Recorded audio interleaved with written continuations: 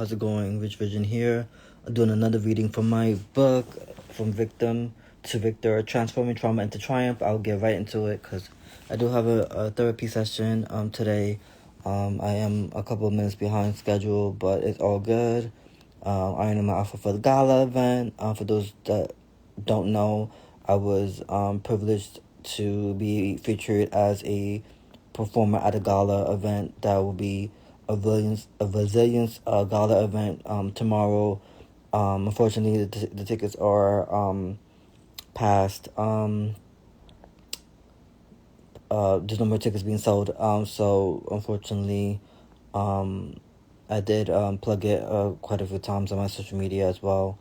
But I'm looking forward to that, and I'll definitely be posting footage as I get them to you guys. But I'll do a quick poem called Voices, and then I'll do like a brief overview of why I chose to do it. Okay, I'm back. Okay, so this is called Voices. These voices in my head, the same voices that tell me to swallow lead. These voices in my head. These voices, get them up out of my head. How can I drown? Hey, Sivita. I'm doing a quick one because I have a session. How can I drown out your voice? Desire to be poised. Voices made me tear, now I'm too emotional. Walk into the church, clutch the devotional.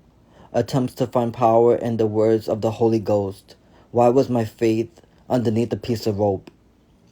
Attempts to view life from a different scope. I was someone's last hope. Voices won't make me a statistic. Voices won't label me less optimistic. Voices won't deter me from my ambitions. Voices won't hinder me from making a difference. God will create a message out of my mess. How could I feel worthless? When my head lifted higher than before, God told me that my voice is worth fighting for. He said giving up is not an option. Claim sovereignty over sadness. These voices no longer a symphony in my ears. I am bold, not victimized by fears. No one will shun me and my story. That is carved to give God the glory. No longer raise my voice to be heard. For the people who need it, it will be heard. My prayer is that my voice is heard. I don't need a cosign to be affirmed. I never know who needs my voice to get them through the other side. There is power every time I speak. Reclaiming my power doesn't deem me weak. Yell from the rooftops. Silence is violence. My new law, every day I'm alive. I'm fighting for a cause. My voice is a prized possession. My voice is a weapon, no Smith & Wesson. Just like vines, your comments were short-lived. I refuse to live my life with duct tapes on my lips. That one was called Voices. The reason why this poem is really deep and near to me because for a long time, especially during the pandemic, I allowed other people's voices to stay in my head. And a lot of the narrative was the same. Was like, oh, I'm not good enough to be a rapper. I was being compared to people in the industry.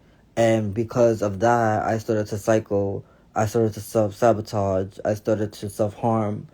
I started to neglect my self-care, and I started putting myself at the whipping post, and I realized soon after that I wasn't capable, that I was capable of more than how I was living. However, I wasn't acting like it. I allowed some of my demons and my insecurities and other people's projections to be something that I considered with high regard. And now I realize that I'm able to flip the script and say, hey, whose voice is that? And my mentor, she would tell me like, okay, whose voice is that? Like, and she would like, we would talk, and she would be like, like discern whose voice is that, like, and then really say like, okay, that's not my voice, and she would like really like do it, like act it out, like, oh, that's not my voice talking, like where is this coming from? And that was so profound because like a lot of times I'm thinking it's my own voice. Like that's me telling myself I'm not good enough, or I shouldn't do music, or I'm better off dead, or nobody cares about me. Am I worth the thing? Just everything that's negative, right? I want to amount to nothing, and it's like, whose voice is that? It's not my voice. It's somebody else's voice that I'm allowing to take precedence in my life, and I'm like, no, I have the pen, I have the power, and I'm taking back my power that I've lost, years ago, because of the fact that I was believing something that wasn't even true. It was a lie, and I'm grateful that I'm able to direct my own narrative now versus allowing some other person's narrative to be something that I hold, dear to me in my heart. Yes, thank you, Sarita. Yes, I got to, because I realized that I was only hurting myself and the people that I meant to serve if I continued to walk on that tightrope of, of leaning towards, other people's validation and chasing what they were thinking of me, and believing it. I wouldn't honestly, I wouldn't even be here to talk about it, because it was that traumatic. And I'm grateful for this poem, because my desire is that it really, um um hey Paul, how are you? um it helps me realize that I'm not the only one going through it. Like, there's other people who deal with the same demons, have those same voices, and by me speaking, even the last line gave me chills. I refuse to live my life with duct tape on my mouth. You know what I mean?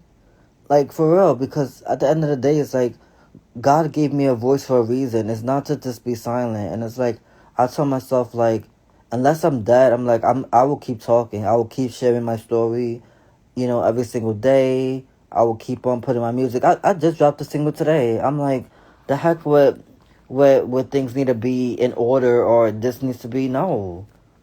For what?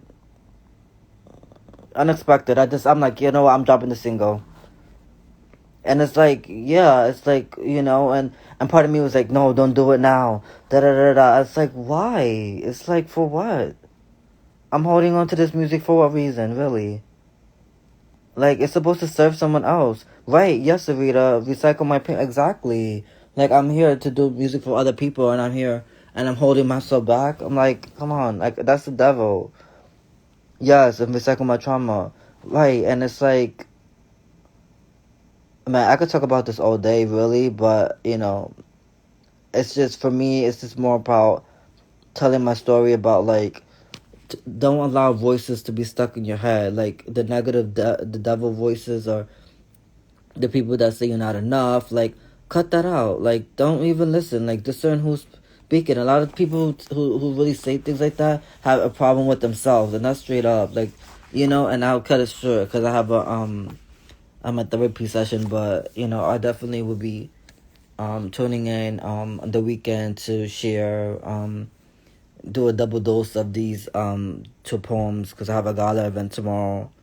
But yeah, I'm excited. Thank you for watching about who God will save through. Yes, thank you, Sarita. And I'm realizing that now, like, just to hold space for people, with this book, and book it is available on Amazon. It's available on my website as well.